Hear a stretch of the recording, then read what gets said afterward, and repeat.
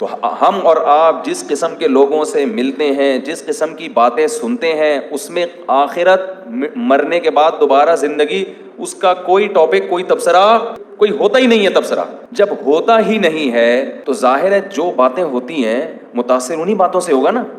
इसका नुकसान क्या होता है कि जो बातें आपके लिए मोस्ट इंपॉर्टेंट थी, बहुत अहम थी, आप उनसे गाफिल हो जाते हो। जो बातें आपके लिए अहम नहीं है आप उनमें पड़ जाते हो।